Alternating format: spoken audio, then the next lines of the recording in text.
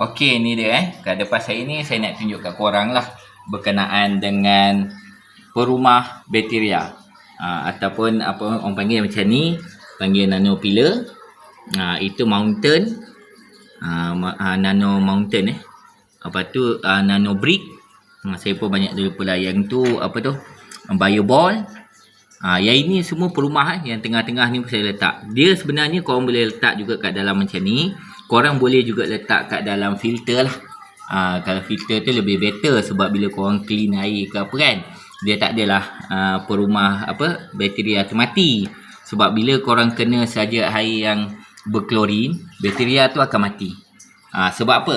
Pertama sebab bakteria tu dia tak boleh kena klorin Kena klorin saja habis dia akan mati. Habis terus korang punya ni korang kena buat balik.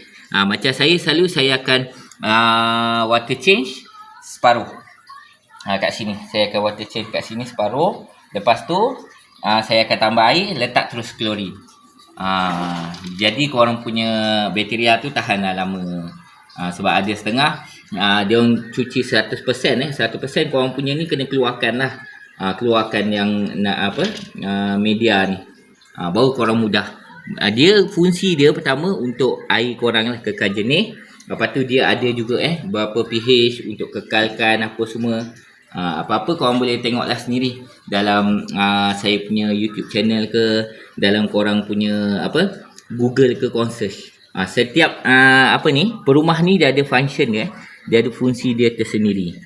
Okeylah. Ciao.